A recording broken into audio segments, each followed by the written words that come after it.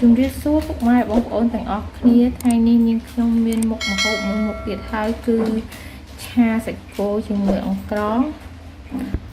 នេះគឺជាសាច់គោដែលខ្ញុំជ្រើសយកមកឆាមានសាច់លីខ្លាញ់បន្តិចអញ្ចឹងឆាសាច់គោអង្ក្រងខ្ញុំនេះមានគ្រឿងផ្សំដូចជានេះគឺជាអង្ក្រងហើយនឹងបន្លែមានកញ្ឆែតនេះខ្ញុំបានលាងទឹកស្អាតរួចរាល់អស់ដែរហើយបងប្អូនមានទឹកត្រីមានខ្ទឹមសចិញ្ច្រាំម៉ត់និងម្ទេសប្រេងខ្យងស្ករសប៊ីចេងហើយនិងអំបិលខ្នុរអញ្ចឹងបន្តិចទៀតនេះយើងនឹងចាប់ផ្ដើមធ្វើមុខម្ហូបនេះទាំងអស់គ្នាបងប្អូន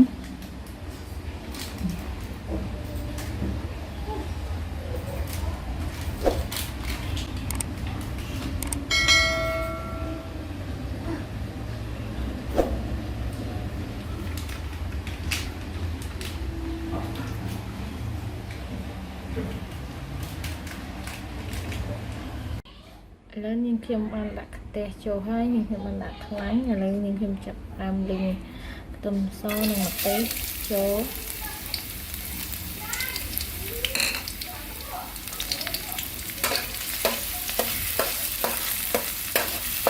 ខ្ញុំទៅហៅម្ទេសតាមទៅខ្ញុំខ្ញុំទៅអានេះ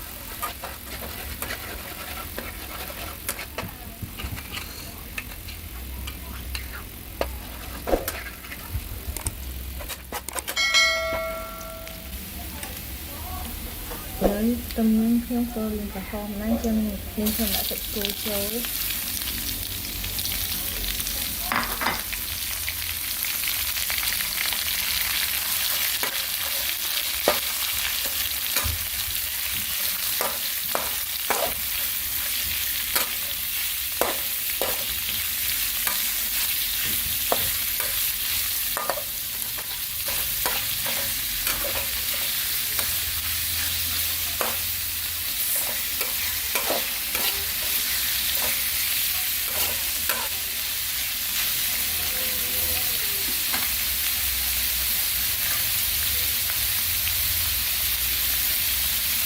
ខ្ញុំដាក់ទឹកត្រីចេងស្ករសទឹកប្រេងខ្យង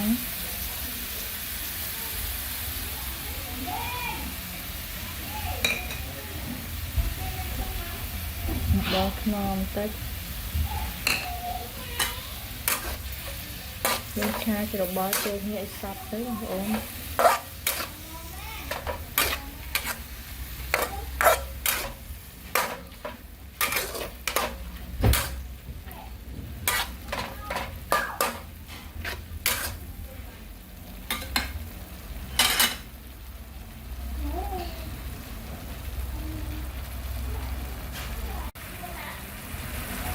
ឥឡូវនេះខ្ញុំចាប់ផ្ដើមដាក់អង្ក្រងចូលបងប្អូន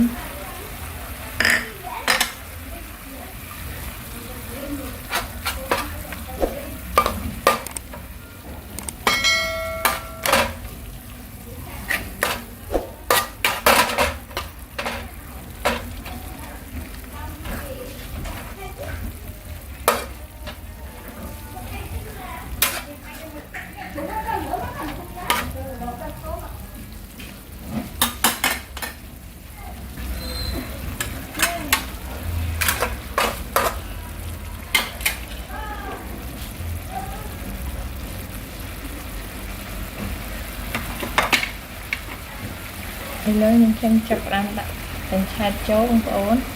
យើងកុំឲ្យយូរពេកក៏ឲ្យនេះស្វិតណាកញ្ឆែតតែមកស្លាប់ទីបាំងនៅហើយវាស្វិតកញ្ឆែតនឹង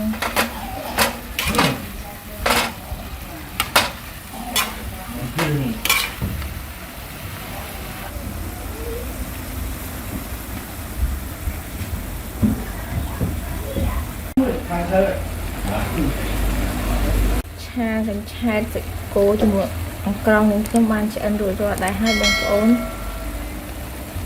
ស្ទើរគ្រឿងអ្វីដាក់ថែមទៅបើស្ទើរជូរបងប្អូនអាចដាក់ទឹកអំពិលបានតែសម្រាប់នាងខ្ញុំ คือหมอให้ปวงกรองยิงชราได้